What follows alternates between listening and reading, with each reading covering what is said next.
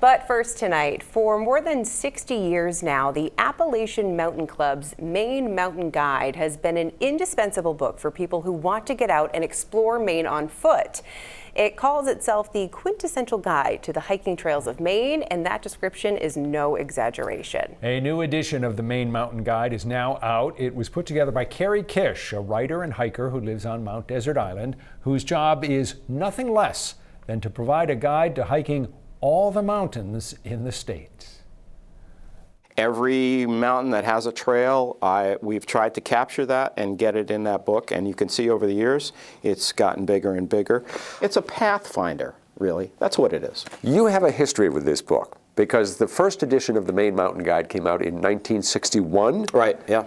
And you bought this very copy right here in 1976. 1976, Mr. Paperback in Bangor, and and I thought that was all there was for a long time. Actually, the Maine Mountain Guide just keeps on going. This is the 12th edition of the book, the last 3 of which Carrie Kish has written and edited. The guide provides maps and detailed information for more than 700 trails on 330 mountains and hills all over Maine.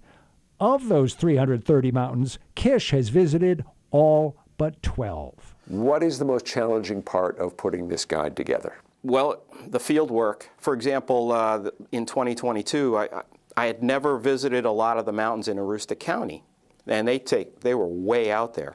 I spent a week, drove 1,000 miles, camped out for 7 days, and just bushwhacked all over Aroostook County to get those mountains that I personally had never seen. It's fun, but it just takes a lot of time. 2 places where you've spent a lot of time are probably the 2 most famous hiking destinations in Maine. Baxter State Park, right. Acadia National Park. How much time have you spent in those places? I have hiked pretty much every trail in Baxter State Park, and there's 210 miles of them. And then there's 150 miles of Acadia National Park, and I have officially hiked all of those. Is this book just for pretty hardcore hikers, or is this for people who are just getting started? No, or people who aren't in the best of shape but want to get out and see some parts of Maine they've never seen before in a way they haven't seen them before? Yeah, there's everything in here. There's Katahdin, which is a very long, strenuous day, not for everybody. This all rises, what, 2,500 feet from here? It's just out of control beautiful. And to see it now, it's all the more, austere. This is wilderness with a capital W. And there is Jockey Cap in Freiburg, which is 1/3 of a mile and about 200 feet up, if that even. There's Mose Mountain in Lubec, which is about 15 minutes, and I think you climb about 60 feet. There really is something for everybody in here. Let's talk about some of your favorite places. And obviously, this is a conversation that could go on for 3 hours, if not 3 days. But one of your favorites is Mount Kineo overlooking Moosehead Lake.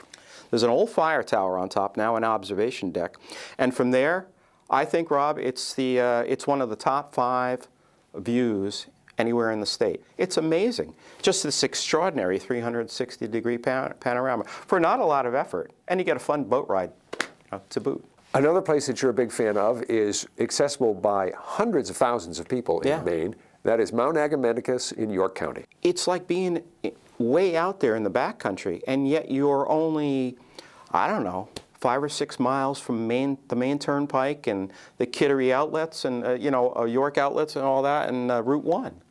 It's wild, and you can see from Mount Washington to the Atlantic from up there. It's great. There are trails out there that people don't even know about that are in unlikely places. One of them, Howard Hill in Augusta, is literally about a 5-minute walk from the State House, and yet it's a really cool hike. Yeah, you can see the Capitol building. You can see downtown Augusta from Howard Hill. And that's a new one in the book this time. It's great. I love it, And there it is, right in town.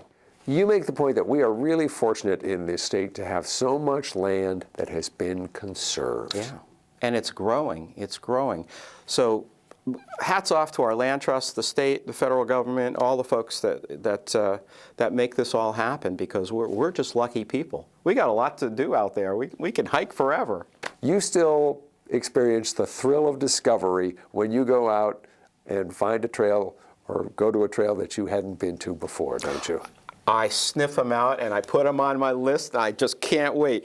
We were just up on Mount Wallamatogus, brand new conservation area and trails done by the Blue Hill Heritage Trust.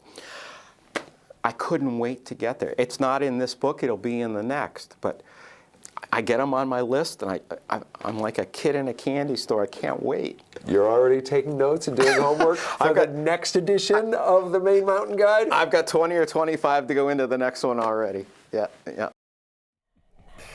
So you want a couple of superlatives? Carrie says the most spectacular trail in Maine, the Knife Edge on Katahdin.